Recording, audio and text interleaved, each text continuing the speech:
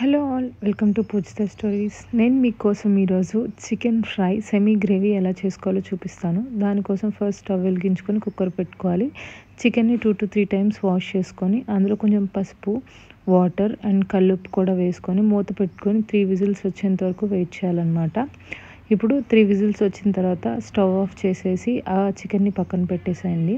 Next fry చేసుకోవడానికి మళ్ళీ stove వెలిగించుకొని ఫ్రై ప్యాన్ పెట్టుకొని అందులో కొంచెం ఆయిల్ వేసుకొని మనం ఏదైతే చికెన్ని బాయిల్ చేసుకున్నామో ఆ చికెన్ని అందులో వేసుకొని ఫ్రై చేసుకోవాలి. ఇప్పుడు చికెన్ ఫ్రై అయిన తర్వాత అందులో కొంచెం ఉల్లిపాయలు, కరివేపాకు అండ్ పచ్చిమిర్చి కూడా వేసుకొని బాగా వేయించుకోవాలన్నమాట.